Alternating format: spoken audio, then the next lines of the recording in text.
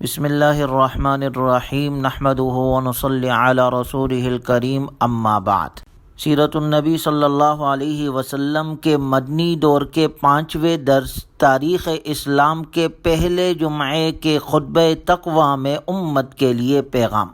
آپ علیہ الصلاۃ والسلام نے قباء میں چند دن قیام کرنے کے بعد یثرب کی طرف جب آپ روانہ ہوئے، یہ جمعے کا دن تھا۔ صحابہ اکرام رضی اللہ عنہم اجمعین آپ کے ساتھ تھے۔ جب آپ بنی سالم کی آبادی پر پہنچے جو قباء سے تقریباً آدھا کلومیٹر کے فاصلے پر ہے تو جمعے کا وقت ہو گیا۔ آپ علیہ الصلاۃ والسلام وہیں پر ٹھہر گئے اور اسی مقام پر آپ علیہ الصلاۃ والسلام نے جمعے کی نماز ادا فرمائی۔ یہ اسلام میں پہلی نماز جمعہ تھی اور اس موقع پر آپ علیہ الصلاۃ والسلام نے جو خطبہ ارشاد فرمایا وہ بھی تاریخ اسلام کا پہلا خطبہ تھا، اور ایسا عظیم الشان خطبہ کہ جس کا ہر لفظ دریائے فصاحت اور بلاغت کی گہرائی میں ڈوبا ہوا ہے۔ اس خطبے کا ہر لفظ نفسانی مریض کے لیے شفا اور مردہ دلوں کے لیے آب حیات ہے، جو خطبہ تقویٰ کہلاتا ہے۔ آپ علیہ الصلاۃ والسلام نے ارشاد فرمایا: الحمدللہ احمدہ واستعینہ واستغفرہ واستہدی واؤمن بہ ولا اکفر واعادی من یکفرہ واشہد ان لا الہ الا اللہ وحدہ لا شریک لہ وان محمدا عبدہ ورسولہ ارسلہ بالہدی والنور والموعظۃ علی فترۃ من الرسل وقلۃ من العلم وضلالۃ من الناس وانقطاع من الزمان ودنو من الساعة وقرب من الأجل من يطع الله ورسوله فقد رشد ومن يعصهما فقد غوى وفرط وضل ضلالا بعيدا۔ آپ صلی اللہ علیہ وسلم نے ارشاد فرمایا: تمام تعریف اللہ کے لیے، اللہ کی حمد کرتا ہوں، اسی سے اعانت، مغفرت اور ہدایت کا طلبگار ہوں۔ اللہ پر ایمان رکھتا ہوں، کفر نہیں کرتا بلکہ کفر کرنے والوں سے عداوت اور دشمنی رکھتا ہوں، اور گواہی دیتا ہوں کہ اللہ ایک ہے اور محمد صلی اللہ علیہ وسلم اس کے بندے اور رسول ہے، جن کو اللہ تبارک و تعالی نے ہدایت، نور، حکمت اور نصیحت دے کر ایسے وقت میں بھیجا جب انبیاء اکرام علیہم الصلاۃ والسلام کا سلسلہ منقطع ہو چکا تھا اور زمین پر علم برائے نام تھا، لوگ گمراہی میں تھے اور قرب قیامت کا زمانہ تھا۔ جو اللہ اور اس کے رسول کی اطاعت کرے اس نے ہدایت پائی، اور جس نے اللہ اور اس کی رسول کی نافرمانی کی وہ بھٹک گیا، اس نے کوتاہی کی اور شدید گمراہی میں مبتلا ہوا۔ اوصیکم بتقوی اللہ فإنہ خیر ما اوصی بہ المسلم ان یحضہ علی الآخرہ وان یأمرہ بتقوی اللہ فاحذروا ما حذرکم اللہ من نفسی ولا افضل من ذلک نصیحہ۔ آپ صلی اللہ علیہ وسلم نے فرمایا: میں تمہیں اللہ سے تقوی کی وصیت کرتا ہوں۔ بہترین وصیت جو مسلمان کو کر سکتا ہے وہ یہ ہے کہ اسے آخرت کے لیے آمادہ کرے اور تقوی کے لیے کہے۔ اللہ تعالیٰ نے جن باتوں سے تمہیں دور رہنے کو کہا ہے ان سے بچتے رہو، اس سے بڑھ کر نہ کوئی نصیحت ہے نہ ذکر ہے۔ یاد رکھو، اس شخص کے لیے جو اللہ سے ڈر کر کام کر رہا ہے، تقوی امور آخرت کے بارے میں بہترین مدد ثابت ہوگا، اور جو کوئی شخص اپنے اور اللہ کے درمیان کا معاملہ خفیہ اور ظاہر میں درست کرے گا اور ایسے کرنے میں اس کی نیت خالص ہوگی تو ایسا کرنا اس کے لیے دنیا میں ذکر اور موت کے بعد جب انسانوں کو اعمال کی ضرورت اور قدر معلوم ہوگی ذخیرہ بن جائے گا۔ لیکن اگر ایسا نہیں کرے گا تو ارشاد باری تعالیٰ ہے: وَمَا عَمِلَتْ مِن سُوءٍ تود لو ان بینها وبینه امدا بعیدا ویحذرکم اللہ نفسا واللہ رؤوف بالعباد۔ انسان پسند کرے گا کہ اس کے اعمال اس سے دور ہی رکھے جائے۔ اللہ تم کو اپنے ذات سے ڈراتا ہے اور اللہ تو اپنے بندوں پر نہایت مہربان ہے۔ جس انسان نے اللہ کے حکم کو سچا جانا اور اس کے وعدوں کو پورا کیا تو اللہ کا ارشاد موجود ہے: ما یبدل القول لدی وما انا بظلام للعبید۔ ہمارے ہاں بات نہیں بدلتی اور ہم اپنے بندوں پر ظلم نہیں کرتے۔ فاتقوا اللہ فی عاجل امرکم وآجلہ فی السر والعلانیہ فإنہ من یتق اللہ یکفر عنہ سیئاتہ ویعظم لہ اجرا ومن یتق اللہ فقد فاز فوزا عظیما۔ آپ صلی اللہ علیہ وسلم نے فرمایا: پس اپنے دنیاوی اور اخروی کاموں میں ظاہر اور باطن میں اللہ سے ڈرو۔ جو شخص اللہ سے ڈرتا ہے تو اللہ تعالیٰ اس کے گناہوں کو معاف فرما دیتے ہیں اور اجر عظیم عطا فرماتے ہیں، اور اللہ سے ڈرنے والا شخص یقیناً بڑا کامیاب شخص ہے۔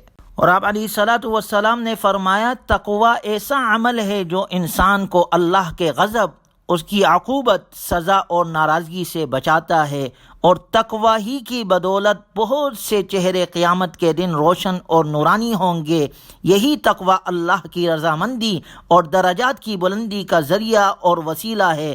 تم تقوی سے جس قدر حصہ لے سکتے ہو لو، اور اس میں کمی نہ کرو، اور اللہ کی اطاعت میں کسی قسم کی کوتاہی نہ کرو۔ اللہ تعالیٰ نے تمہاری تعلیم کے لیے کتاب اتاری اور ہدایت کا راستہ واضح کر دیا تاکہ سچے اور جھوٹے دونوں جدا جدا ہو جائے۔ اگر اس خطبے پر غور کیا جائے تو معلوم ہوتا ہے کہ آپ علیہ الصلاۃ والسلام نے تقوی کی اہمیت بیان کی کہ اپنے اندر تقوی پیدا کرو، خوف خدا پیدا کرو، کیونکہ تقوی، خوف خدا یہ وہ عمل ہے جب انسان کے اندر پیدا ہوتا ہے تو انسان حقوق اللہ بھی ادا کرتا ہے، حقوق العباد بھی ادا کرتا ہے۔ تو ضرورت اس بات کی ہے کہ ہم بھی اپنی زندگی میں تقوی پیدا کریں، گناہوں سے پاک زندگی گزارے، اپنے اندر خوف خدا کی صفت پیدا کرے، جس سے انسان کی دنیاوی زندگی بھی اچھی بنتی ہے، اور اسی تقوی کے بدولت آخرت میں جنت نصیب ہوگی۔ اللہ تعالی ہمیں تقوی والی زندگی نصیب فرمائے۔ پھر آپ علیہ الصلاۃ والسلام نے فرمایا فَأَحْسِنُوا كَمَا أَحْسَنَ اللَّهُ إِلَيْكُمْ وَعَادُوا أَعْدَاءَهُ وَجَاهِدُوا فِي اللَّهِ حَقَّ جِهَادِهِ هُوَ اجْتَبَاكُمْ وَسَمَّاكُمُ الْمُسْلِمِينَ لِيَهْلِكَ مَنْ هَلَكَ عَنْ بَيِّنَةٍ وَيَحْيَى مَنْ حَيَّ عَنْ بَيِّنَةٍ وَلَا قُوَّةَ إِلَّا بِاللَّهِ فَأَكْثِرُوا ذِكْرَ اللَّهِ۔ آپ علیہ الصلاۃ والسلام نے ارشاد فرمایا پس جس طرح اللہ تعالیٰ نے تمہارے ساتھ احسان کیا تم بھی اسی طرح حسن خوبی کے ساتھ اس کی اطاعت بجا لاؤ، اور اس کے دشمنوں سے دشمنی رکھو، اس کی راہ میں جہاد کرو اور جہاد کا حق ادا کرو، اور اللہ تعالیٰ نے تم کو منتخب کیا اور تمہارا نام اور لقب ہی مسلمان یعنی مطیع اور فرمانبردار رکھا ہے، بس اس نام کی لاج رکھو۔ خدا کا قانون یہ ہے کہ جو ہلاک ہو وہ اتمام حجت کے بعد ہلاک ہو، اور جو زندہ رہے وہ بھی اتمام حجت کے بعد بصیرت کے ساتھ زندہ رہے۔ گناہ سے بچنے کی ہمت اور نیکی کی طاقت و قوت اللہ کے مدد کے بغیر ممکن نہیں، پس کثرت سے اللہ کا ذکر کرو اور آخرت کے لیے عمل کرو۔ جو شخص اپنا معاملہ خدا کے ساتھ درست کر لے گا اللہ تعالیٰ لوگوں کے مقابلے میں اس کے لیے کافی ہو جائے گا۔ کوئی شخص اس کو ضرر نہیں پہنچا سکتا، کیونکہ اللہ تعالیٰ کا حکم سب پر چلتا ہے اور اللہ پر کسی کا حکم نہیں چلتا، اور اللہ ہی سب کا مالک ہے، اور لوگ اللہ کی ملکیت میں کسی چیز کے حصہ دار نہیں۔ اللہ اکبر ولا قوت الا باللہ العلی العظیم۔ ان کلمات کے ساتھ آپ علیہ الصلاۃ والسلام نے اس خطبے کو مکمل کیا۔ یہ وہ خطبہ ہے جو ہجرت کے بعد آپ علیہ الصلاۃ والسلام نے دیا، جو اسلام کا پہلا خطبہ کہلاتا ہے۔ غور کرے اس میں کتنا بڑا سبق ہمارے لیے موجود ہے کہ آپ علیہ الصلاۃ والسلام کی 13 سالہ مکی زندگی، مظلومانہ زندگی کے بعد جو خطبہ آپ علیہ الصلاۃ والسلام نے دیا کہ 13 سالہ مکی زندگی میں آپ پر کتنی تکلیفیں آئی، مشرکین نے آپ پر کتنے مظالم ڈھائے اور کتنی تکلیفیں دی کہ آپ کو اپنا شہر چھوڑنا پڑا، لیکن اس کے باوجود بھی آپ خطبہ دے رہے ہیں۔ کہ اس خطبے میں اگر ہم غور کریں ایک حرف، ایک لفظ بھی اپنے دشمنوں کی مذمت اور شکایت آپ علیہ الصلاۃ والسلام نے اس میں ذکر نہیں کی، سوائے تقوی کے، سوائے پرہیزگاری کے، سوائے آخرت کے تیاری کے۔ کوئی لفظ آپ علیہ الصلاۃ والسلام کے زبان اطہر سے نہیں نکلا۔ بے شک آپ انک لعلی خلق عظیم کے مصداق ہے۔ یہ ہمارے نبی امام الانبیاء ہے، خاتم النبیین ہے۔ آپ کے کیا اخلاق ہے، 13 سالہ زندگی کے بعد اب اعلانیہ طور پر آپ خطبہ دے رہے ہیں، لیکن ان خطبے میں ایک بھی شکوہ اور شکایت آپ نے نہیں کی، ایک تکلیف کا ذکر نہیں کیا، بلکہ مسلمانوں کو آپس میں جوڑنے کا حکم دیا، مسلمانوں کو تقوی کا حکم دیا، مسلمانوں کو اللہ کی عبادت اور اطاعت پر قائم رہنے رہنے کا حکم دیا کہ اپنے اخلاق بناؤ، اپنے کردار کو اچھا کرو، اپنے معاملات کو درست کرو، اپنے دنیا اور آخرت کی فکر کرو۔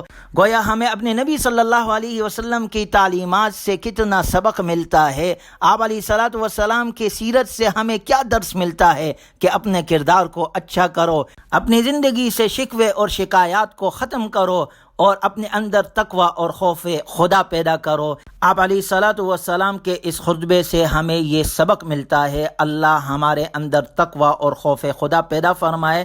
اس کے بعد آپ علیہ الصلاۃ والسلام نے یہ بنی سالم میں جمعہ ادا کیا، یہیں پر اس مسجد کا نام مسجد جمعہ ہو گیا، آج بھی وہ مسجد وہاں پر موجود ہے۔ آپ علیہ الصلاۃ والسلام جمعے کے ادا کرنے کے بعد اپنے اونٹنی پر سوار ہوئے اور اونٹنی کا رخ مدینے کی طرف کیا۔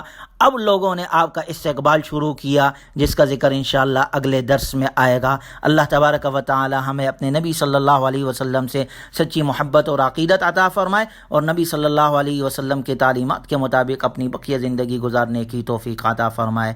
وآخر دعوانا ان الحمد للہ رب العالمین۔